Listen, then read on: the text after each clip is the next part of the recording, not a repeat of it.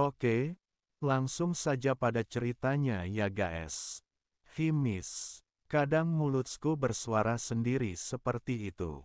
Itu terjadi tiap abis lihat Mbak Menik yang lagi beraktivitas di rumahnya. Pikiranku terbang kemana-mana, membayangkan sesuatu yang indah darinya, kemudian aku hanya bisa berkata, seandainya dan seandainya. Emang aku hanya bisa berhayal seperti itu, lantaran tak mungkin bisa aku wujudkan segala yang kuinginkan tentang dirinya.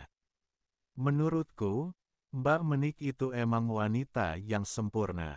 Dari segi apapun benar-benar tak ada yang kurang. Fisik boleh, kepribadian oke, pergaulan dengan lingkungan pun bisa menempatkan diri.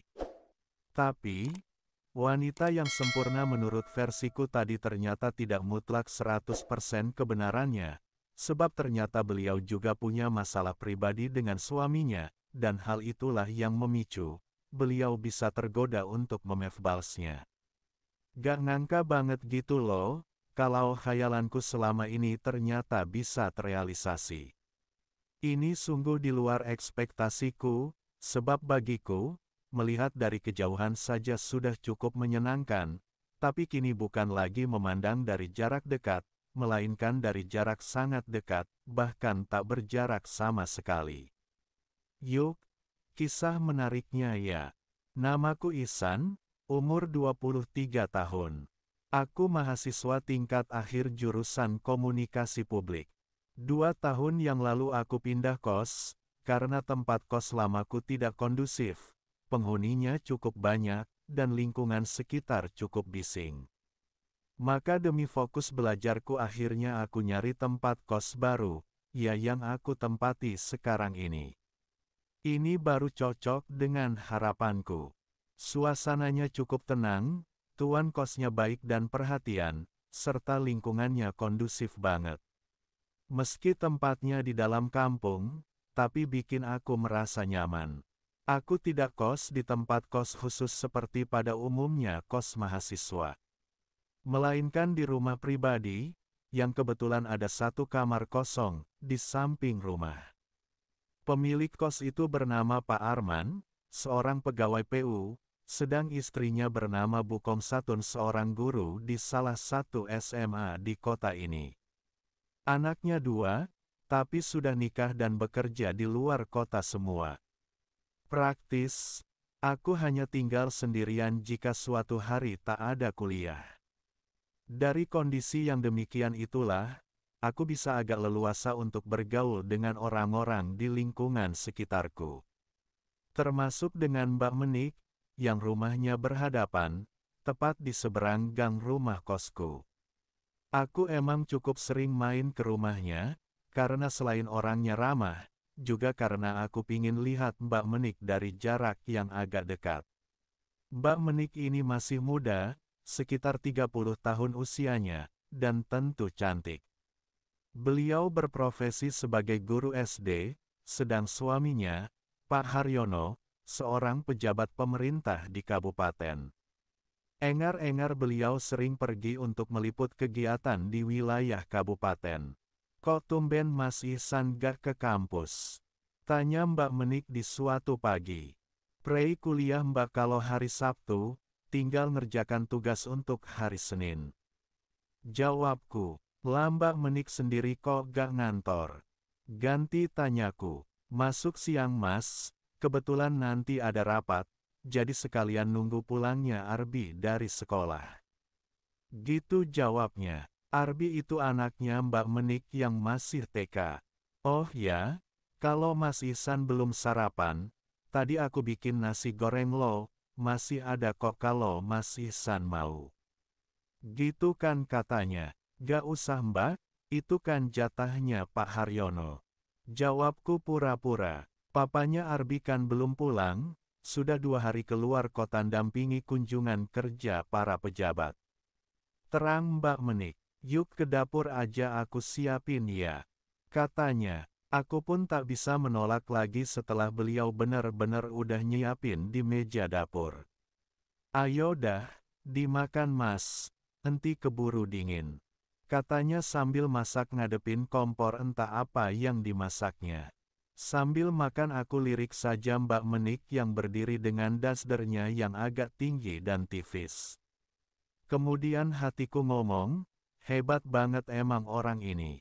Istri pejabat, seorang guru, cantik lagi, tapi ia berlaku sebagaimana wanita biasa, gak sombong loman pula, macam inilah wanita idamanku. Moga kelak aku bisa mendapatkan yang seperti dia. Tiba-tiba ada yang menyentuh hatiku, setelah mataku makin mencermati segala yang ada pada dirinya. Muka sendu, lampu bolham kembarnya tercetak begitu jelas masih kokoh dan utuh, bumpernya yang padat berisi penuh gizi, serta kakinya yang putih, emhulus, membuat sendokku gak nyampe-nyampe ke emhulus. Makin kuperhatikan makin tinggi juga otakku membayangkan. Kok gak dimakan mas? Emang gak enak? Kata Mbak Menik bikin aku kaget dan membuyarkan semua lamunan. Enak banget lah Mbak, masakan Mbak Menik tentu mantap. Pokok Mbak Menik emang jago masak. Beruntung banget ya Mbak Pak Hayono itu. Ucapku memuji. Emang kenapa mas, biasa aja kali. Kata Mbak Menik sambil tersenyum. Ya itu Mbak, luar biasa semuanya. Jawabku sekenanya. Itu kan pandangan Mas Ihsan, tapi beda lagi kan kalau pandangan Pak Hayono. Kata Mbak Menik sambil tiba-tiba duduk di depanku. Sumpah, aku jadi grogi banget gitu. Seumur-umur baru kali ini aku makan didampingi wanita cantik seperti impianku. Lah, emang pandangan Pak Haryono gimana Mbak? Ada yang kurang gitu? Tanyaku sok berani pingin tahu. Gitu deh, namanya lelaki tetap aja kurang. Jawab Mbak Menik dengan ekspresi wajahnya terlihat sedih. Maaf ya Mbak, Ihsan Mahlan Ciang pertanyaannya. Kataku seperti menyesal. Gak apa-apa kok mas, emang kenyataannya begitu. Akhir-akhir ini Mas Haryono jarang pulang, alasannya ini itu, tapi aku cek, itu semua banyak gak benernya, alias banyak bohongnya, begitu jelasnya. Haduh, kenapa jadi ladang curhat begini ya? Tapi, kenapa juga aku jadi seneng ngedengarnya, kata batinku. Emang Pak Haryono kenapa sih Mbak? Beliau kan emang banyak tugas, sibuk dengan kerja di kantor, sering ngikuti kunjungan ke sana ke sini para pejabat kan. Ya maklum kan kalau beliau jarang pulang. Kataku ingin membuat hati Mbak Menik tenang kembali. Andai belum punya Arbi, aku sudah tinggalkan semua ini. Kayak gitu kan curhatnya dengan suara agak lirih dan tatapan matanya gak berisi. Sungguh, aku jadi merasa takut campur terenyuh, sekaligus merasa terhormat. Betapa tidak, aku yang bukan apa-apa dan siapanya ini, hanya sekedar tetangga kos saja, malah diajak curhat masalah yang sangat privasi. Itu artinya, Mbak Menik percaya kepadaku. Itu menurutku. Kalau boleh tahu, emang kenapa sih Mbak Pak Haryono? Lagi-lagi aku malah berani bertanya yang sifatnya pribadi. Ia itu punya simpanan banyak mas, belum lagi ia itu suka jajian di luar. Apa Mbak Menik tahu sendiri, atau cuma omongan orang Mbak? Haluah, tanyaku makin menjadi-jadi. Sekali waktu aku curi-curi HP-nya mas, disitulah banyak sekali chat dari mereka. Bahkan banyak pula kiriman video atau foto kebersamaannya di suatu tempat gitu-gituan. Aku jadi diam. Betapa gak ada bayangan sedikitpun kalau Pak Haryono suka begituan. Sebab yang kulihat, beliau orangnya pendiam, tegas, dan emang ganteng. Rasanya sulit dipercaya, tapi melihat reaksi Mbak Menik yang begitu bersedih, aku jadi sangat terharu. Sampai-sampai mata Mbak Menik kemerahan dan ngeluarin air bening dari sudut matanya. Melihat keadaan yang demikian, Entah keberanian dari mana, tiba-tiba aku berdiri dan tanpa sadar tanganku sudah mendekapnya. Sabar ya Mbak, semua ini ujian darinya, pasti semua ada solusinya. Kek gitu kan kataku. Mbak Menik gak nyauti. Tapi tiba-tiba kepalanya malah nyandar di dadaku. Alamak, piye toki? Sumpah, aku malah bingung. Gak ngerti apa yang harus aku lakukan saat ngadepin situasi macam gini. Takutnya sikapku salah, dan bisa menjadi masalah.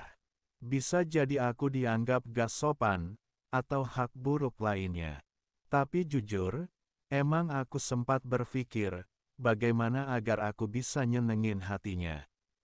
Perlahan, aku mencoba ngusapin air mata yang jatuh di pipinya. Lah, kok Mbak Menik malah diam saja? Aku yo malah bingung toh. Weh, piye toki? Batinku. Tapi, tiba-tiba aku ingin mengulang sekali lagi, dan tetap saja gak ada reaksi.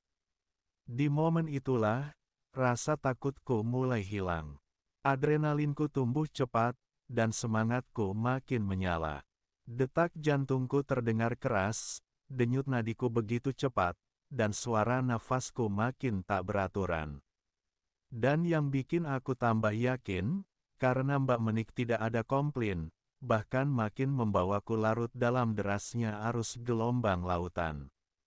Dan begitulah yang terjadi pagi itu, rupanya Mbak Menik ingin meluapkan kekesalannya, sampai akhirnya aku gak sadar kalau sekarang sudah tidak duduk di kursi meja makan, di dapur lagi.